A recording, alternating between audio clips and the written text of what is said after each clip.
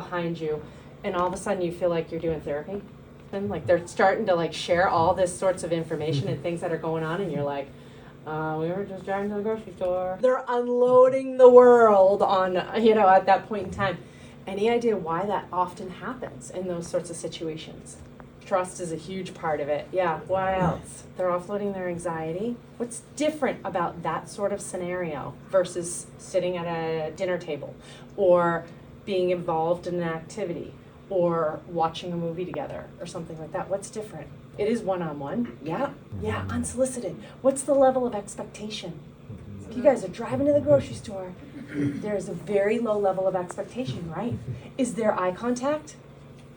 Nope. It's like I'm almost talking to myself. But you're giving feedback. Can they see judgment on your face usually then? Not typically. I mean, sometimes we might have a shoulder raise or something if they say something that you're like, that you really cringe over. But for the most part, they can't see that, right?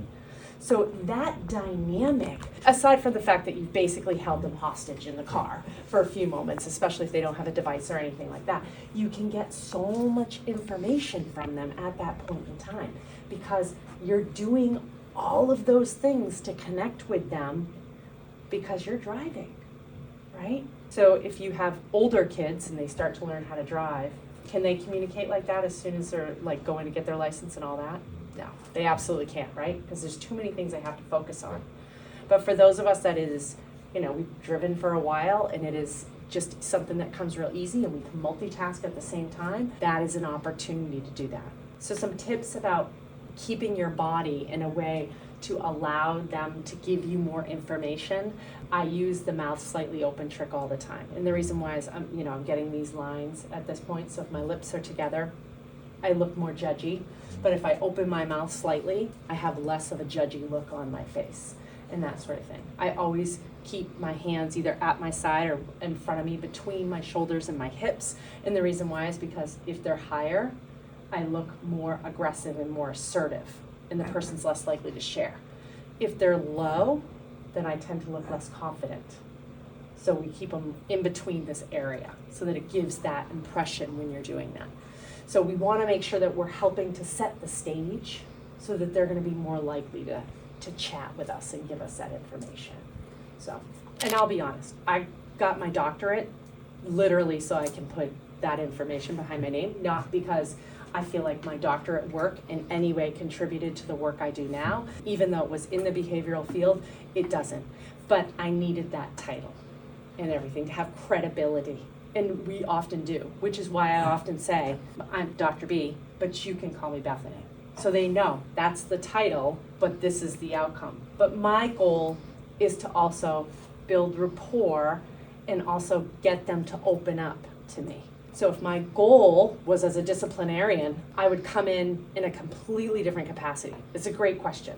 So if your goal with that person is that, okay, I have to gain compliance or do something like that, you're going to come in probably with a title. It just depends on what your goal is out of that scenario. And you can do that. I'm Officer so-and-so. Right. But you can call me da-da-da.